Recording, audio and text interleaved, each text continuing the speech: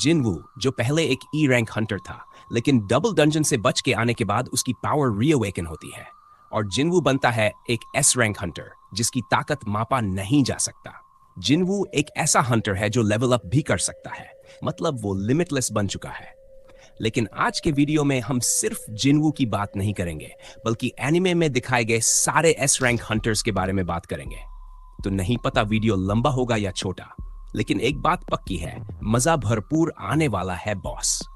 S rank hunters की ताकत का असली राज है उनका इमेंस मैना, जो इतनी ज्यादा होती है कि उसे दुनिया के सबसे एडवांस डिवाइसेस भी मेजर नहीं कर सकते। इस अनइमेजिनेबल पावर के साथ साथ उनकी बैटल एक्सपर्टीज और एक्सपीरियंस इतनी जबरदस्त होती है कि एस रैंक हंटर्स अक्सर कानून से भी ऊपर होते हैं। अब जब हम बात करते हैं सबसे ताकतवर 5 एस रैंक हंटर्स की, तो उन्हें नेशनल लेवल हंटर्स के नाम से जाना जाता है और इनकी ताकत ऐसी होती है कि ये किसी भी देश की मिलिट्री फोर्स को आसानी से चुनौती दे सकते हैं। यही वजह है कि जब भी कोई नया एस रैंक हंटर अवेकन होता है तो ये खबर नेशन वाइड सेंसेशन बन जाती है और सबकी नजरें उस पर टिक जाती हैं। तो सबसे पहले आता है यूरी ऑर्लॉफ, एक रशियन एस रैंक हंटर जो बैरियर्स बनाने में माहिर है। ऑर्लॉफ का प्लान था कि वह अपनी पावरफुल बैरियर्स और मैना क्रिस्टल्स की मदद से डंजन ब्रेक को कंटेन कर सकेगा। एक जायंट ने उसके बैरियर्स को तोड़ दिया और इसने उसकी बैरियर स्किल्स को लेकर बहुत बड़े सवाल खड़े कर दिए। चाहे वह खुद को बैरियर स्पेशलिस्ट और बेस्ट सपोर्ट टाइप हंटर मानता हो, लेकिन क्या उसकी बैरियर्स सच में उतनी पावरफुल हैं जितना दावा किया जाता है? नेक्स्ट है लेनार्ट नीरमैन, जो दुनिया के 12th स्ट्रॉन्गेस्ट हंटर हैं और जर्मनी के सबसे ताकतवर हंटर के रूप में जाने जाते हैं। लेकिन हैरानी की बात यह है कि उसे अपनी असली ताकत दिखाने का मौका बहुत कम मिलता है। अब तक नीरमैन की सिर्फ एक ही स्किल रिवील हुई है और वो है चार्ज, जो उसे लुमिनस गॉन्टलेट्स बनाने और पावरफुल एनर्जी ब्लास्ट्स फेंकने की क्षमता देती है।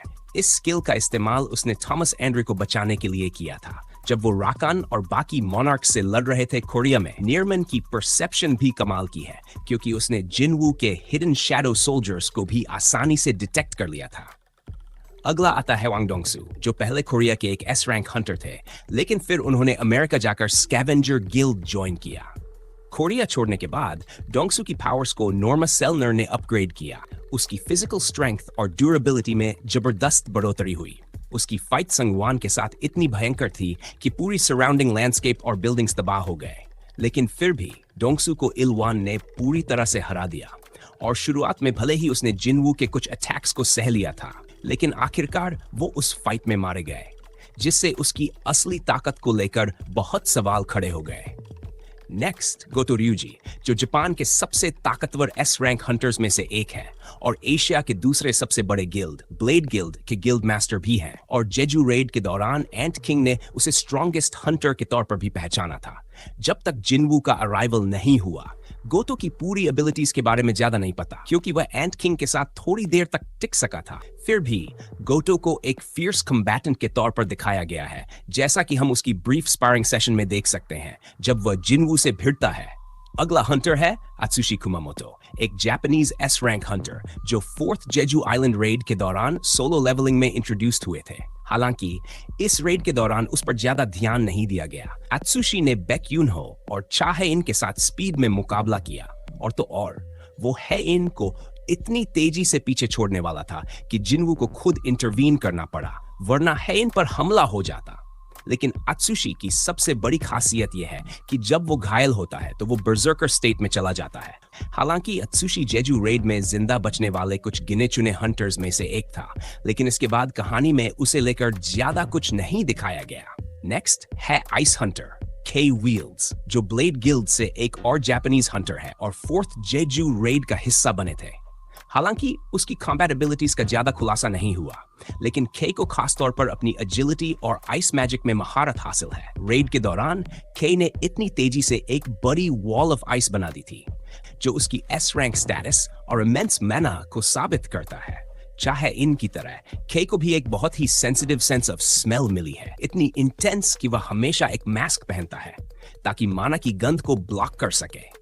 अपनी माना स्मेल स्किल की वजह से के मैजिक बीस्ट्स की गंध को भी पहचान सकता है और यही स्किल थी जिसने उसे एंट किंग को रेड के दौरान डिटेक्ट करने में मदद की।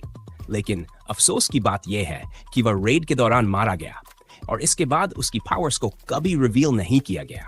अगला हंटर है चाइना से लिu जिगंग, जो चीन का सबसे ताकतवर हंटर है और उसे 7 स्टार रैंकिंग दी गई है, जबकि बाकी सभी हंटर्स की रैंकिंग 5 स्टार होती है। वो नेशनल लेवल हंटर भी है और थॉमस एंड्रे के बाद इस लिस्ट में दूसरा सबसे ताकतवर हंटर माना जाता है।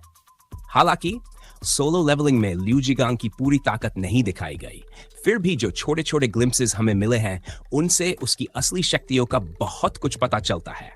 अगला है थॉमस एंड्रे, जो सिर्फ अमेरिका का सबसे ताकतवर हंटर नहीं है बल्कि नेशनल लेवल हंटर्स में पहले नंबर पर भी है।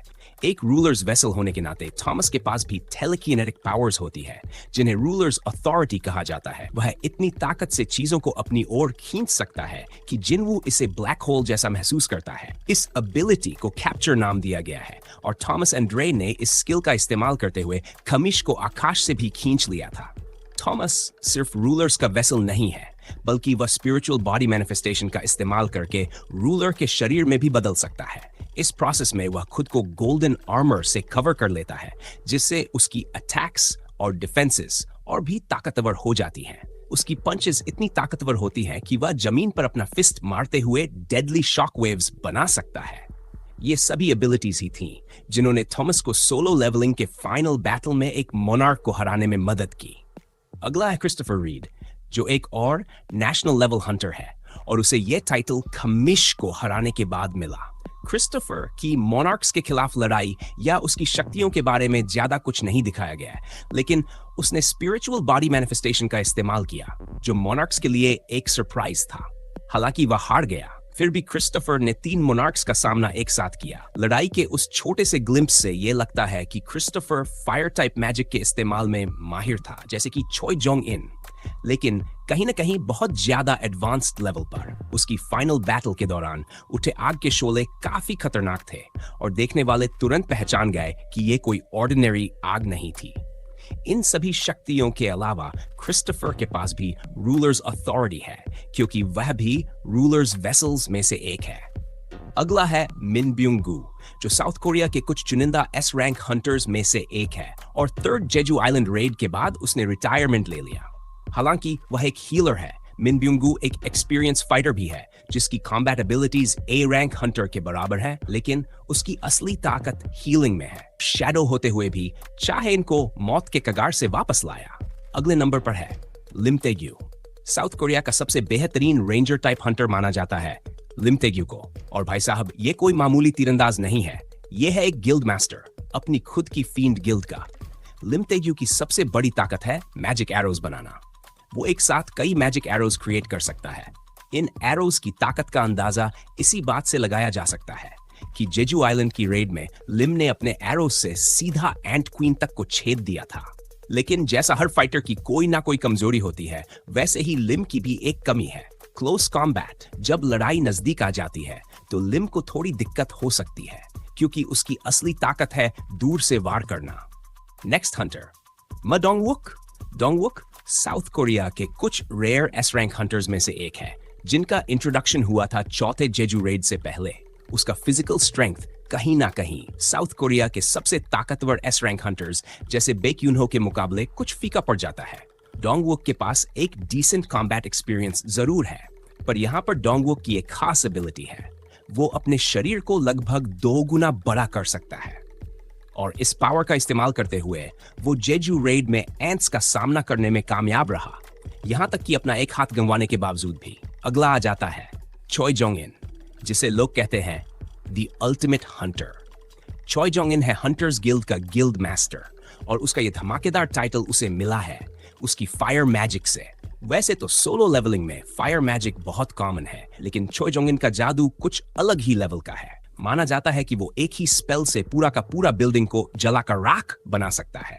इतना ही नहीं, वो अपनी फायर को अलग अलग शेप्स दे सकता है। अगला आ जाता है बेक यूनहो। यूनहो एक एस रैंक हंटर और व्हाइट टाइगर गिल्ड का लीडर है। वो एक टाइगर लाइक ह्यूमनॉइड बीस्ट में बदल सकता है। उसकी हाइब्रिड फॉर्म में उसकी पावर, स्पीड और रिफ्लेक्सेस काफी बूस्ट हो जाती है। वो एकदम से बीस्ट मोड में आ जाता है। यूनहो के पास एक और स्पेशल एबिलिटी है, आईज ऑफ द बीस्ट। जिससे वो अपने ओपोनेंट के स्किल लेवल और स्ट्रेंथ को देख सकता है। और इसे ही इस्तेमाल करके उसने देखा था कि जिनवू लगातार लेवल अप कर रहा था। अगला आता है चा हेयन, निकनेम द डांसर। चा हेयन अपनी एजिलिटी और स्वॉर्ड स्किल्स के लिए जानी जाती है। हंटर्स गिल्ड की वाइस गिल्ड मास्टर है और कोरिया के लेटेस्ट एस रैंक हंटर्स में शामिल है। हेयन ने जिनवू के सबसे ताकतवर शैडो सोल्जर इग्रिस को भी मात दी है। हेयन की स्किल्स में स्वॉर्ड डांस शामिल है, जो उसकी अटैक स्पीड को इंक्रीज करती है, और स्वॉर्ड ऑफ लाइट, जो उसके स्वॉर्ड को लाइट में बदलता है और उसकी स्लैशेस की डिस्ट्रक्टिवनेस को बढ़ा देता है। एक और स्किल है क्वेक ऑफ प्रोवोकेशन, जो उसे स्वॉर्ड को जमीन में घुसाकर एक छोटा अर्थक्वेक जनरेट करने की क्षमता देती है। हेयन के पास एक और खास स्किल है माना स्मेल, जो उसे माना के प्रति एक बहुत ही सेंसिटिव सेंस ऑफ स्मेल देती है, जिससे वह मैजिक बीस्ट्स और हंटर्स को अच्छे से डिटेक्ट कर सकती है। अब आता है प्रेसिडेंट गो गनही। गो गनही भले ही इस सीरीज के सबसे पुराने एस रैंक हंटर हो, लेकिन वह कमजोर बिल्कुल नहीं है। गो गनही कभी एक ताकतवर हंटर थे, जो शायद नेशनल लेवल हंटर्स के बराबर थे, क्योंकि वह भी एक रूलर के वेसल हैं। जिनवू ने भी कई बार गो गनही की ताकत को पहचाना है, और मॉनार्क्स उन्हें brightest fragment of brilliant light के नाम से जानते थे। उम्र के साथ उनका लड़ने की क्षमता कम हो गई थी, जिसके बाद उन्हें रिटायर होकर हंटर्स एसोसिएशन के प्रेसिडेंट बनने का फैसला करना पड़ा। फिर भी गो गनही ने राकान फ्रॉस्ट मॉनार्क के खिलाफ अपनी रक्षा अच्छी तरह से की, और यहाँ तक कि अपने नंगे हाथों से उसके हमलों को डॉज भी किया। गनही के पास रूलर्स अथॉरिटी है, जो उसे टेलीकिनेटिकली अपने आसपास की चीजों को कंट्रोल करने और उन्हें हिलाने की क्षमता देता है, और ये शक्तियां उनके प्राइम में शायद यूनिमैजिनेबल रूप से ताकतवर रही होंगी। अब आता है जिनवू का पिता संग इलवान, जो 10 साल तक एक डंजन में फंसे रहे। इस दौरान रूलर्स ने उन्हें खोज लिया और उन्हें एक वेसल बना दिया। इलवान शायद साउथ कोरिया के पहले एस रैंक हंटर्स में से एक रहे होंगे, लेकिन उन्हें कभी ऐसा पहचाना नहीं गया, क्योंकि रैंकिंग सिस्टम उनके गायब होने के बाद ही लागू हुआ था। उसने हुआंग डोंगसू को आसानी से हरा दिया था, और ऐसा करते हुए कई बिल्डिंग्स भी डिस्ट्रॉय कर दिया था, और वह मॉनार्क्स में से कई के साथ बराबरी की लड़ाई लड़ने में सक्षम थे, जो ये साबित करता है कि वह शायद नेशनल लेवल हंटर्स जितने ताकतवर रहे होंगे। अब आता है अपना संग जिनवू। जिनवू साउथ कोरिया के लेटेस्ट एस रैंक हंटर है और दुनिया के सबसे ताकतवर एस रैंक हंटर भी। अपनी शैडो आर्मी बनाने के बाद जिनवू को एक ऐसा वन मैन गिल्ड माना जाने लगा, जो अकेले ही हाई रैंकिंग गेट्स को भी साफ कर सकता है। जिनवू की एबिलिटी टू लेवल अप ने उसे हर दूसरे एस रैंक हंटर से आगे बढ़ने का मौका दिया। जिनवू के पास कई एक्टिव स्किल्स हैं, जैसे स्टेल्थ, रूलर्स अथॉरिटी और पैसिव स्किल्स। फिर भी उसकी जॉब स्पेसिफिक स्किल्स सबसे जरूरी है, क्योंकि ये उसे अपने दुश्मनों से शैडोज निकालने और उन्हें अपनी सोल्जर्स में बदलने की क्षमता देती है। जिनवू अपनी शैडोज का इस्तेमाल टेलीपोर्टेशन के लिए भी कर सकता है, और आखिर में जिनवू अपनी शैडो आर्मर बना सकता है और लोगों की यादों को मैनिपुलेट भी कर सकता है। तो ब्रो, वीडियो को यहीं पर एंड करते हैं। अगर तुम नए हो तो एक सब्सक्राइब कर देना, और अगर वीडियो पसंद आया हो तो लाइक भी मार दो। बाय बाय, मिलते हैं अगली बार, तब तक के लिए स्टे ऑसम।